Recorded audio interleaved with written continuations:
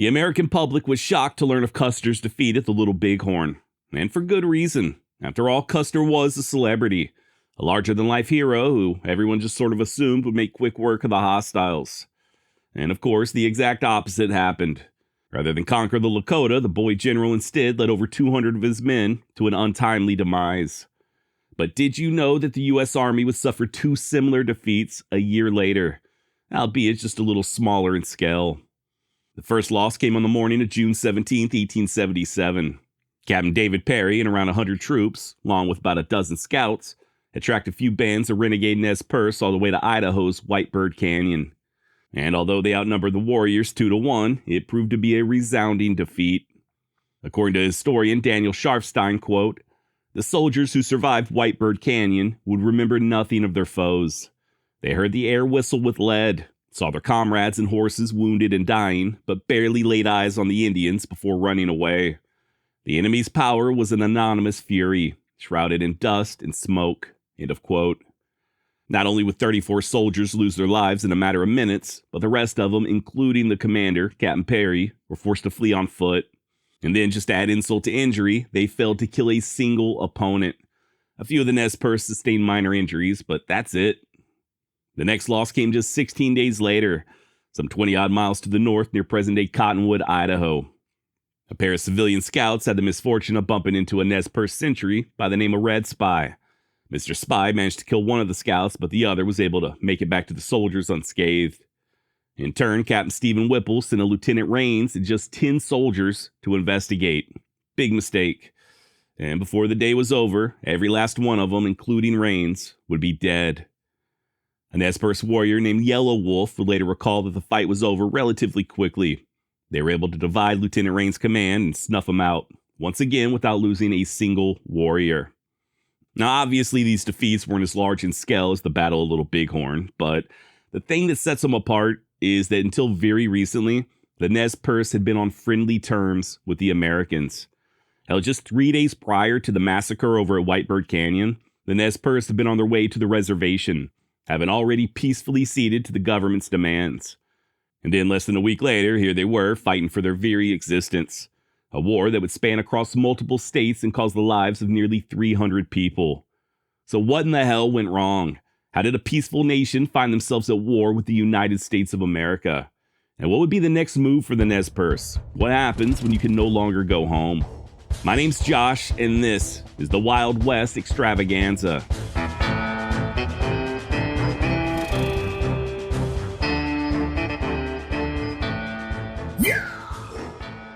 For generations untold, the Nez Perce had thrived in what's now central Idaho, northeast Oregon, and southeast Washington. At least they did until the arrival of American settlers. By 1855, nearly half of their land had already been taken, and within a decade, the remaining territory was slashed by a staggering 90%. In the years that followed, the Nez Perce were harassed, assaulted, and even murdered with zero repercussions. One notorious case involved a Nez Perce man who was killed after being falsely accused of stealing a horse. General Oliver Howard promised justice, but an all-white jury acquitted the killers.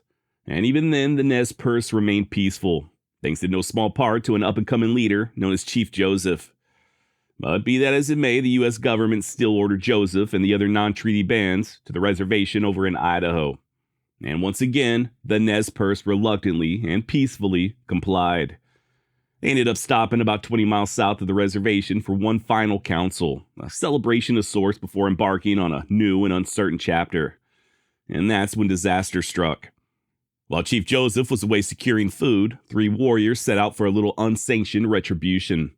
One of them, a youngster named Walletitz, had been thoroughly shamed for not avenging his father's murder years prior. And when he and his buddies were unable to locate the actual killer, they instead turned their anger on 3 other settlers known to have previously mistreated the Nez Perce. Following day, even more warriors joined the ranks as years of crawling and abuse boiled to the surface. And tragically, by the time they were done, at least 18 settlers were dead.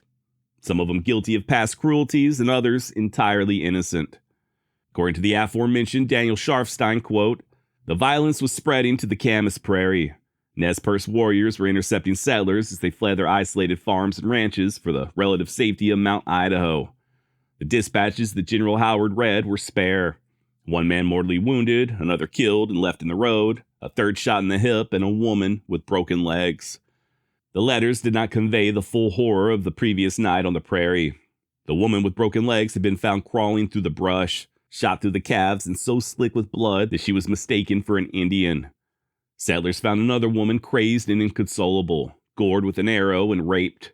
Her 3-year-old daughter was hiding behind her slain father, bleeding from her neck and with the end of her tongue bitten off. End of quote. This is something I have spoken about many times in the past, and it's a pattern you can see not only through the ages, but throughout pretty much every culture that has ever existed. You hurt some of my people, so I'm going to hurt some of your people, regardless of their guilt. One aggression or act of vengeance leads to the next, and before you know it, innocent people on both sides are being slaughtered. There's no excuse for the way that the Nez Perce have been treated for literal decades. There's no excuse for their land being taken away, their women raped, and their people murdered, especially considering their friendly and peaceful disposition. But at the same time, there's also no excuse for the way those renegade warriors took their frustrations out on women and children, or the other settlers whose only crime was trying to get their families to safety. What Walletitz and his cousins did during that initial raid was somewhat understandable. I'm not condoning it, but at least they were just killing people who had shed Nez Perce blood in the past. It was more of an act of revenge as opposed to a declaration of war or senseless carnage. If they would have just stopped there, I do think the coming war could have been avoided. But once those other warriors joined in and took to slaughtering innocent civilians, they lost whatever sympathy and moral high ground that remained. Now granted, it was just a tiny percentage of the total Nez Perce fighting force, but that's how these things generally work, right? It's always the vocal minority that gets the rest of us in trouble. And the Nez Perce were no different. It was the actions of a few that would put the entire tribe at risk.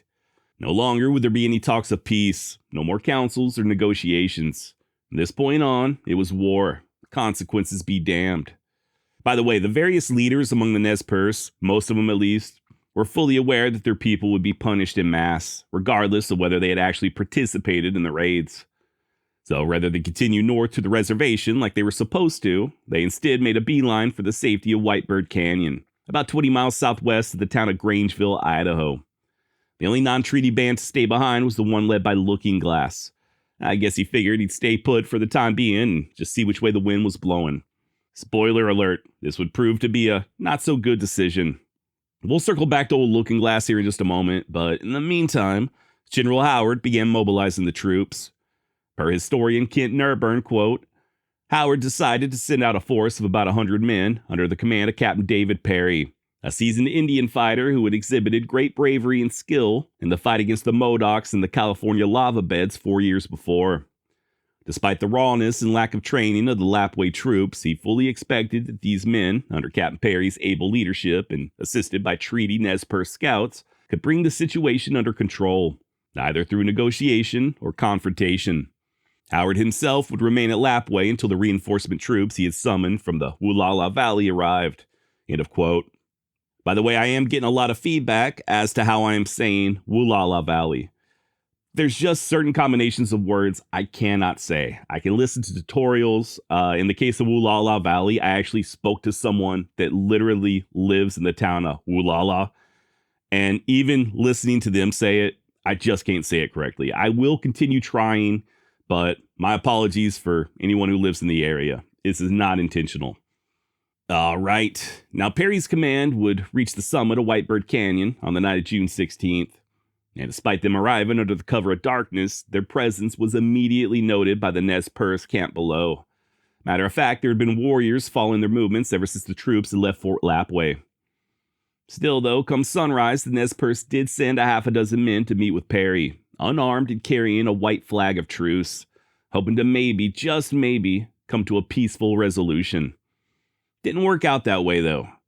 Sadly, one of the civilians riding with Perry, a guy we'll be hearing much more about in the very near future named Ad Chapman, decided to open fire on the peace delegation. Soldiers soon followed suit, and from there, the fight was on. This is that battle I mentioned earlier where those 34 soldiers lost their lives. Something that I failed to mention, however, was the role that whiskey played in the early stages of the war. Those renegades who had joined Walletitz a couple of days prior, the ones who ended up killing all those innocent settlers, well, they had gotten their hands on a decent supply of fire water. That being the case, by the time Captain Perry arrived, most of them were either too drunk or too hungover to join the fight. That left just 65 Nez Perce warriors to take on over 100 troops and 24 scouts. Luckily for them, Perry's soldiers were woefully inexperienced in the art of warfare. They were also exhausted after spending nearly 30 hours in the saddle with zero sleep. Their horses were skittish at the sound of gunfire, and to make matters even worse, their weapons began jamming just as soon as the fight began. In other words, they didn't stand a chance. Those who weren't killed instantly panicked and began to retreat as the Nez Perce attacked their flanks. To once again quote the great Daniel Sharfstein, when the Indians charged, the soldiers could not see who was shooting at them. It looked and felt like they were in the middle of a horse stampede. Racked with thirst, ears ringing, the soldiers imagined they were outnumbered 2 or 3 times over by warriors who had studied the latest in cavalry tactics. But the warriors remained out of sight. What the soldiers saw instead, what imprinted itself on their minds, was the grassy roll of the canyon as they turned away from the field of battle, impossibly long, dauntingly steep, with no clear route to safety. To escape annihilation, the soldiers found themselves with 2 choices. They could run on foot or try to ride their exhausted and terrified horses. With the enemy shooting close behind them, and to their left and right, they took any path they could find. End of quote. And yeah, for the Nez Perce, this was a very personal fight. It wasn't a raid against a rival tribe or even a revenge attack like what had occurred on the 14th. They were literally fighting to protect their families, the women and children and the sick and elderly who were camped at the bottom of the canyon. Captain Perry tried his best to organize the troops, but his attempts fell on deaf ears. He'd later state that it was, quote, impossible for me to exercise any control over the men as they did not pay the slightest attention. And in the end, even Perry was forced to flee on foot, defeated by what he and his fellow officers considered primitive savages. So yeah, obviously this was a huge win for the Nez Perce. Not only did they not suffer a single fatality, but they were also able to supplement their arsenal, taking hundreds of rounds of ammo, several pistols, and over 60 carbines. And believe it or not, the following day, they decided to make good on some old debts. More on that in just a second, but this episode of the Wild West Extravaganza is brought to you by me, Josh. Look, a while back I sat down with my buddy James Townsend from the Billy the Kid Historical Coalition to talk about Beaver Smith. Yeah, that Beaver Smith, the Fort Sumner saloon owner from Young Guns 2. Turns out he was a real person. We dug into everything from Beaver's true identity, his early life, what he got up to after Billy the Kid's death, and whether or not he, or maybe even Pete Maxwell, were working with Garrett. My personal theory is that Maxwell himself was the culprit in saying, Garrett, come on out to my place, Billy's here. It could have been Wayne Brazil. It could have been Wilcox, and it could have been Beaver. It was a great conversation. I had a lot of fun, and if you like my recent talk with James, all about J. Frank Dalton, then you will absolutely love this discussion on Beaver Smith. There's just one catch, though. You got to be a member of the Wild West Extravaganza Patreon to listen to it. And trust me when I say, if you haven't already signed up for the Patreon, this is absolutely the best time ever to do so. There's only one tier at the moment, and it's only $5 a month, but that is changing very, very soon. Prices are going up, and new tiers with extra perks are on the way. If you join now, though, you will be locked in at $5 a month for however long you choose to remain a member. Not only do you get early access to new episodes and 0 commercials, but you'll also unlock the entire back catalog of the Wild West Extravaganza. Even the early, really embarrassing stuff that I honestly don't want you listening to. But it's there because I am a man of the people. You'll also get bonus episodes, like this one on Beaver Smith, and even personal voice memos where I talk about everything from Old West history to my own personal history. You can even send me direct messages right there on Patreon. I've also started narrating George W. Coe's biography. If you're not familiar, George Coe's the guy that got his trigger finger shot off in that gunfight against Buckshot Roberts. And that will be a Patreon-only exclusive. And here's the best part. 20% of everything that I earn on Patreon goes directly to charity. And yeah, I do post the receipts right there on Patreon. It really is a win-win-win type situation. You're helping me out, you're getting bonus content, and you're helping to make the world a better place. So what are you waiting on? Head on over to patreon.com/wildwestextra to get locked in on that $5 rate. That's patreon.com/wildwestextra. Link down below, and I do hope to see you there. Now, let's get back to the show. I believe we were just discussing how the fleeing bands decided to make good on some old debts. Apparently, some of the Nez Perce had previously purchased supplies on credit at the nearby town of Slate Creek, and rather than leave Idaho in arrears, they decided to head south and square up their accounts. Not making this up, by the way. According to a local resident, H.W. Cohn, the Nez Perce were, quote, in sight of our stockade continuously, coming twice to talk with us under truce. Some of these Indians had contracted small accounts for groceries that they had bought at a little store run by Wood and Faulkner. The little bills were all paid, the Indians sending the different sums to settle them by the warriors who came to talk to us. They said they might not come back as there were too many soldiers, but they would never give up until forced to do so. I don't know about you, but I find that very fascinating. And I do think it says a lot about the Nez Perce temperament. Here they were, having just slaughtered nearly 3 dozen soldiers, and yet just a day later, they're paying their bills like gentlemen. This, too, would be a constant theme throughout the rest of the series. I cannot stress this enough. Aside from a few rogue warriors, the bulk of the Nez Perce simply wanted to live in peace. Now, that was on June 15th when they visited Slate Creek. The following day, they recrossed the Salmon River to the west, leaving behind a few well-placed snipers to hold off any soldiers who attempted to follow. A strategy that, according to historian Kent Nurburn, worked to perfection. Quote, General Howard arrived at the Salmon River with his troops and his treaty Nez Perce scouts, only to find the non-treaty Nez Perce warriors across the river taunting him. Every time the troops tried to cross, a few gunshots sent them scurrying back to cover. The river, too, proved impossible to cross. Howard's men were incapable of navigating its currents without assistance, and all efforts to string a rope across the river to serve as a guy line ended in failure. Between the gunshots, the river, and Howard's soldiers' newfound fear and respect for the Nez Perce fighting skills, the troops were held at bay for 4 days.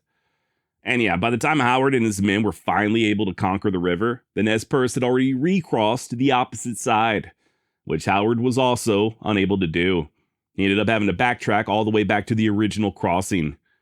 Meanwhile, over 50 miles to the north, Captain Stephen Whipple was attempting to arrest Chief Looking Glass. Now keep in mind that Looking Glass wanted absolutely no part of the hostilities, and rather than join Joseph and the other non-treaty chiefs, he remained behind on the reservation. But nevertheless, Whipple had his orders, and I guess Looking Glass had his pride. Instead of surrendering, he sent a young warrior to explain the situation, telling him that his band had rejected the violence, but just weren't no use. A random shot was fired, much like back at the Whitebird Canyon, and that was all it took. To this day, I'm not sure if anyone knows who actually fired the shot, whether it was a soldier or a Nez Perce, but allegedly the troops had been hitting the bottle. There's that whiskey rearing its ugly head again. And just as soon as that first shot rang out, they opened up with the Gatling guns. Looking Glass and most of his people were able to escape, but their village and all their belongings were completely destroyed. And just a few days later, they would link up with Joseph and the others. By the way, speaking of Joseph, a big misconception is that he was the undisputed leader of the Nez Perce during the war. Turns out nothing could be further from the truth. Not only was Joseph the youngest of all the chiefs, but he was also the friendliest to the whites, or at least he had been in the past. That, coupled with his initial hesitation to flee the Camas Prairie, caused some of the other Nez Perce to doubt his motives. While Joseph's counsel was still valued, he was no longer fully trusted, and he was nowhere near the top as far as the leadership was concerned. Part of this confusion stems from General Howard. In the previous councils, Joseph was so eloquent and level-headed that Howard just sort of assumed that he spoke for all the other chiefs. And then, once the Great Exodus was underway and the Nez Perce began playing tag with the U.S. Army, Howard would routinely refer to the Nez Perce as Joseph's Nez Perce. Or sometimes he would just collectively refer to the entire tribe in dispatches simply as Joseph. Didn't take long for the press to start doing the same thing. Hell, they would even label Joseph as the Red Napoleon. And that being the case, as far as the public at large was concerned, Joseph was indeed the head honcho. In all actuality, his job was mostly administrative. Joseph may not have been a celebrated warrior, but he was pretty damn good when it came to logistics. He was the guy that was choosing their camping spots each evening. He'd help the old folks set up their lodges, ensure that the youngsters were watching over the horses, and even supervise the gathering of firewood. Not really all that glamorous, but it was most definitely necessary. Remember, this was not a war party. Most of these fleeing Nez Perce were non-combatants, just women and children. And with no overall leadership and just a bunch of different families, different bands all trying to do their own thing, Joseph's actions were crucial to the tribe's overall well-being. And just an FYI, Joseph's wife had given birth just a couple of days before that fight at Whitebird Canyon. I can only imagine how she must have felt. Zero time to rest or regain her strength. And what about the old people or the crippled? This flight must have been absolute hell for them. But somehow Joseph was able to keep everyone moving. And I do think that speaks volumes. Now, after losing General Howard back there at the Salmon River, the Nez Perce once again found themselves on the Camas Prairie. According to Kent Nurburn in his book Chief Joseph and the Flight of the Nez Perce, quote, "It was a risky transit, for there was little cover other than low hills and swells. Though the white settlements were few and scattered, often consisting of nothing more than a few houses huddled around a grain storage building, movement across this broad open area left the people exposed to attack from soldiers and settler volunteers. And such attacks were coming. The chaotic situation and rumors from the soldiers, settlers, and non-treaty Indians alike had convinced the frightened settlers that a great Indian war was now upon them.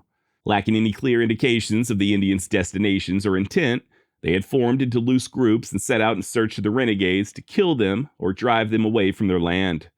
All across the prairie, brief encounters and skirmishes were taking place between roving bands of warriors, intent upon protecting their people from the whites, and groups of military and settlers, intent upon protecting white families from the Indians.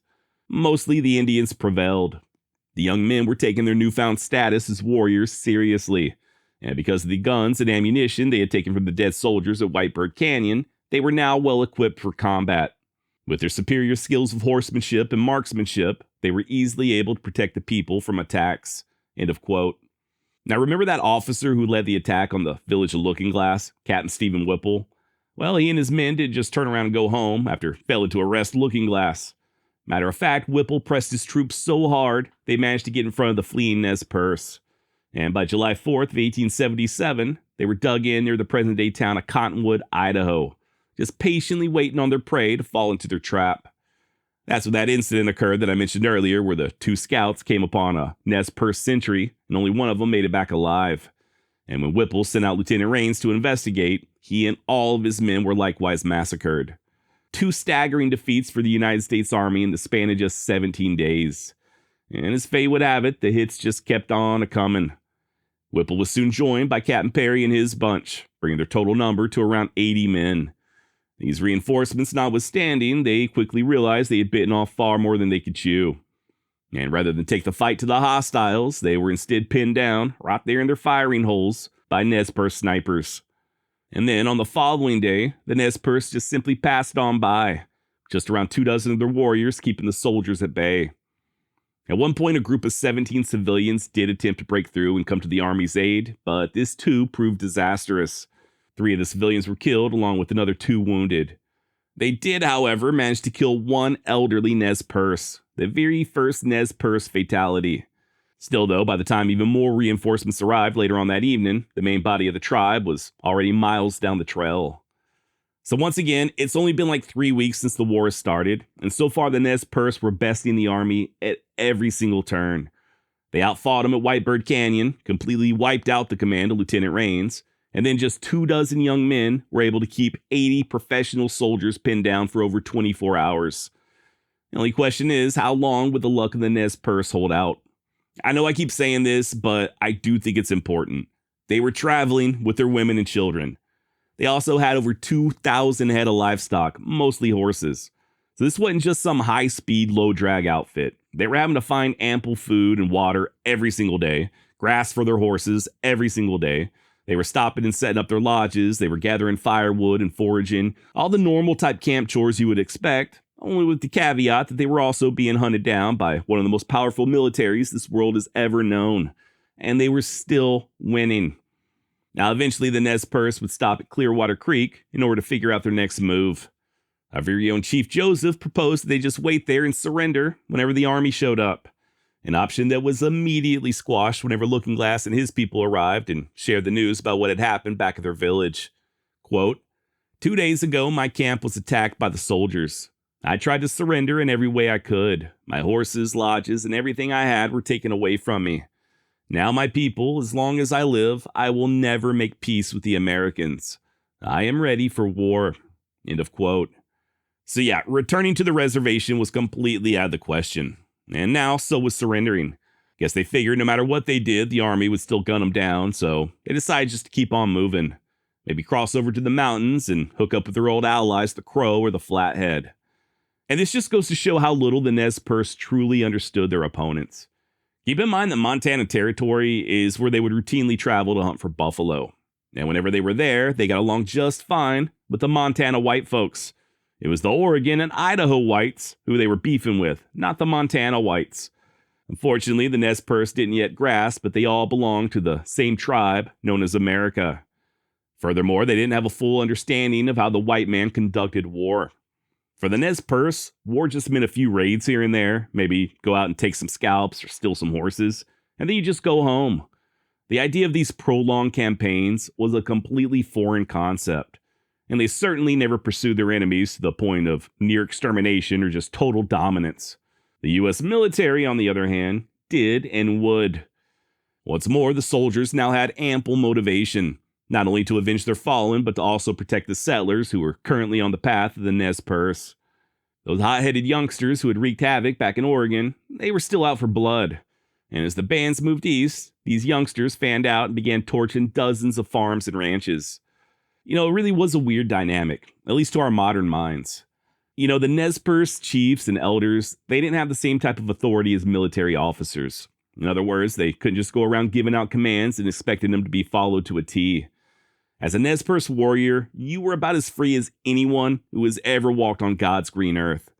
Don't get me wrong, there were rules, but nobody could just order you not to go on a raid. If you felt like making war, and you could convince enough of your buddies to come along, there was nothing stopping you. Guys like Chief Joseph and Looking Glass and the other leaders, they could merely counsel and implore.